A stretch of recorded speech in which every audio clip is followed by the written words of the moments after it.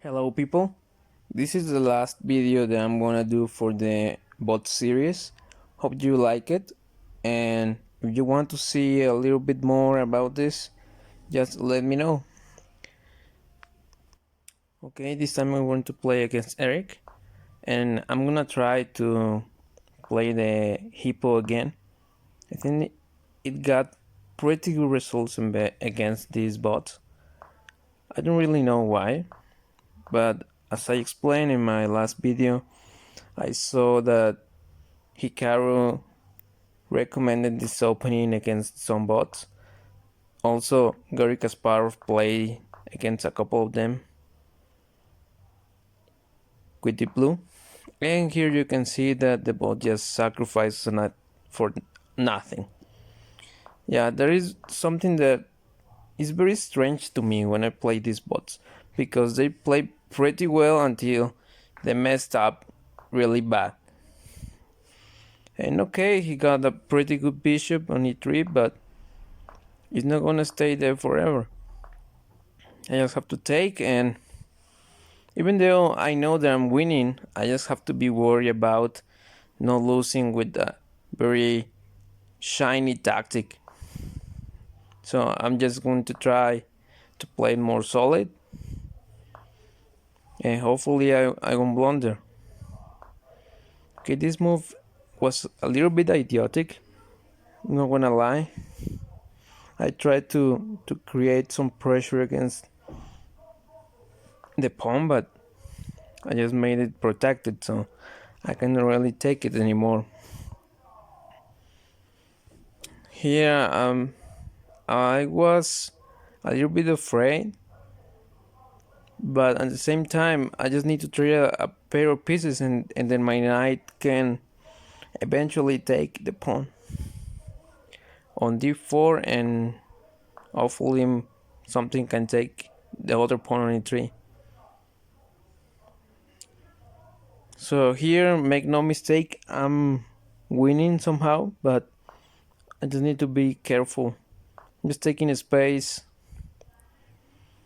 trying to fix the pawn structure and not to open the queen side, because I think that the queen side can get open and my position can collapse at the same time. So I just need to prevent that. And also I realized that I don't have a really good way to activate my queen besides playing something like queen e1, or maybe, do something a little bit more maneuver like. And at this point I realized that neither of us can make any progress. The queen side is completely blocked, and he can break on the king side with an eventual f4, but it is going to backfire a little bit, because his king is also on the king side. So at this point I was just going to get my pieces into the game somehow. I don't really know how to maneuver very well, and you can see it right here, but I'm trying to double up on the f file and provoke some kind of weakness. Okay, this pawn on g4 is a very good thing for me, because now I can use the f4 square for my rook or my knight or something. Yeah, and when I play rook f4, I realize that my knight wants to be there, not my rook. But okay, I think it's not the worst move in the history. And just because I cannot play my knight on f4, it doesn't mean that it's somewhat bad to play in my rook on f4. It's just that he cannot make any progress, and I can as well. I'm just thinking about how to move my pieces in order to play my knight on f4. So I come across the idea of playing knight e2, rook g1, rook f1, knight f4, and then after that I can double up on the file again.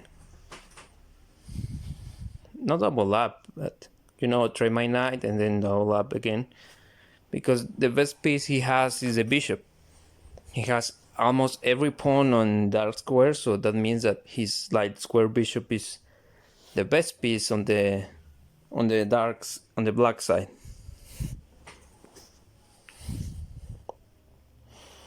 And here I was a little bit worried about an eventual h5 h4 idea, but he needs to make a lot of moves in order to play that idea. Play maybe king g7 and rook h1, rook h8 to play rook h7 and rook h8 to double up in the h file, and an eventual break on the g4 square. So I have some time to make a move, and here he just cannot defend the position because my knight is very strong. So I decided to take all the pawns on the queen side, but maybe it wasn't the best idea, because the h5 h4 idea now has become a real thing. But I think he kinda rushed it, because he has no real pressure on the h file. He needs to have a rook or the queen there. So even though he can kinda open up the king side, I have more pieces there, because I am up a piece, but also because my rooks are double up on the f file, and then they can kinda easily break on the h file. They are a little bit more, not closer per se, but they can attack more easily the pawns on the king side. So here I need to take, because otherwise my bishop is going to be trapped, and he cannot do much. He let me remaneuver my knight, so I decided to put it with where it was on the d5 square. There the knight controls a lot of key squares that can make a little bit worse the black position, and he needs to trade that knight for his light square bishop. So I'm gonna be a clear bishop up. My bishop is active now, and even though he has a very strong pawn, he cannot move it right now. Yeah, I eventually knew that this position was winning, like real winning, no like I having a little bit advantage, but okay. This is a fork, but not like a real fork, because if he takes my bishop, now the rook on the f8 square is going to be weak. So now he's threatening. No, he is not threatening anything, nor the bishop, nor to advance the pawn. He is threatening to put some pressure. And I got really interested in the h file, because as you can see, the king and the queen are on the same file. So if I can put a rook on the h5 square, it's going to be a fork. Not fork, like a pin. Yeah, a pin. So I'm just going to try to get rid of my h pawn. That was one idea. The other one was to maybe double up on the G file instead of the F or H. Or just trade one pair of rooks. I'm just thinking very deeply to play the move d6 because I thought that my bishop was a little bit better after that move, and also he has a little bit of trouble trying to stop the pawn and defend the king at the same time. It is not easy for him. But I was worried that I just blunder a pawn, so I don't want to do that. I'm winning, but it's not like I'm checkmating him or anything. Yeah, now we trade some pawns. Not like it's a big deal or anything. Now my bishop can stay on e4 forever, unless he sacrifices the rook for the bishop, but I don't think he can do that. And the only thing I have to be worried about in this position is not to get checkmated on the g file. If I can manage that, then I'm going to be okay, mostly. And here I play rook f5 because he needs to trade that rook, otherwise he's going to get checkmated on the h file.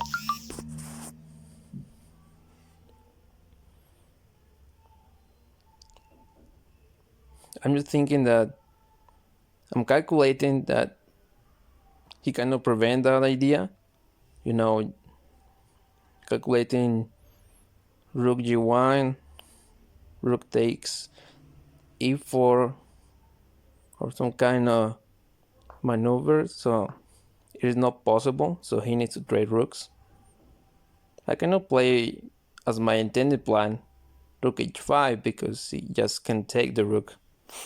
So I managed to trade one pair of rooks, and I'm thinking that I can maybe play another rook to the f5 square and trade the other rooks. So I'm just going to be a clear bishop up, and one queen cannot checkmate my king, but he can manage to queen the e3 pawn. So after the trade of the two rooks, I just need to be very concerned about the e3 pawn, which is a huge improvement because I have a passed pawn on the a file. And even though I lost a pawn, if I can manage to trade queens, I'm going to be a very big happy camper, as Yasser01 can say.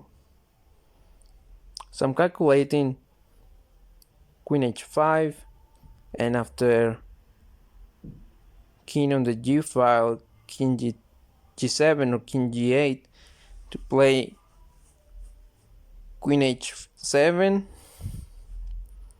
and if he goes to the f file, I can play queen f5 and eventually three queens, but I cannot do it in this position because he can manage to play e2 and e1 queen, and I cannot prevent that because my bishop would be on the f5 square. So that is not a good idea. I need to place my king a little bit closer, just one square on the g file, and then that plan would work. Yeah, I think I blundered in this position because I thought that maybe I can create some kind of counterplay, not counterplay, but rather play on the a file just by pushing my pawn on the a4 square to the a5 square. But I cannot prevent him from taking that pawn, or at least I didn't thought I could.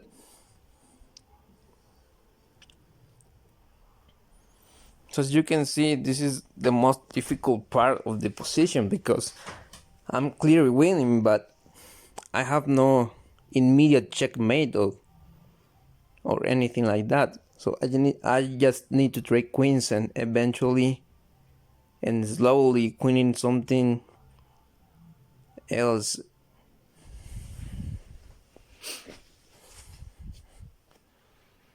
Yeah, and that is something that always kind of bothers me about these bots. You know, they play one bad move and you think you have the advantage, but after some 20 or 30 moves, you are completely lost.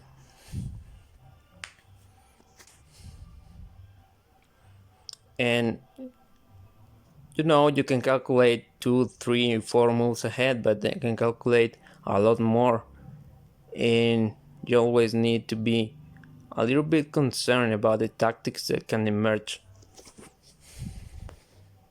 Eventually, when I thought that there was nothing to be fear of, I just thought stupidly, like, why not to just push the a pawn and see what happens instead of giving a check on the h5 square, or just playing my king on the g file with king g7 or king g2 or king g1.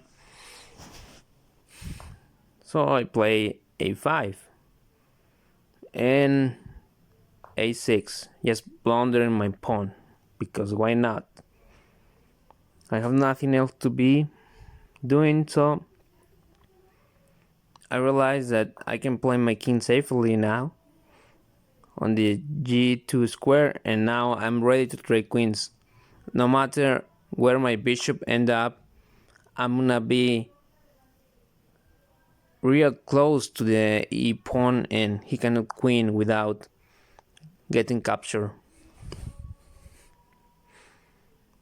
So I'm just thinking moves like, queen g8, queen h3, and I realize that I can trade queens with that move,